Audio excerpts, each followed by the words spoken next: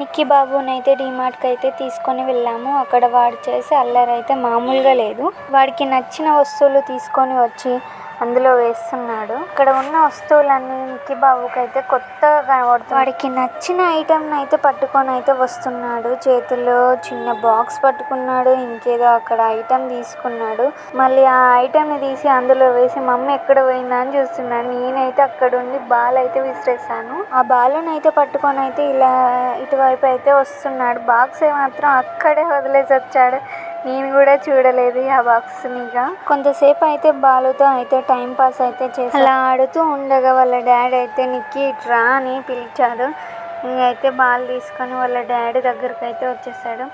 అక్కడ వాడికి ఇంకేదో కనిపిస్తుంది. ఆ బాల్ని అయితే అక్కడే వదిలేసి అక్కడ ఉన్న ఐటెంని అయితే తీసుకున్నాడు.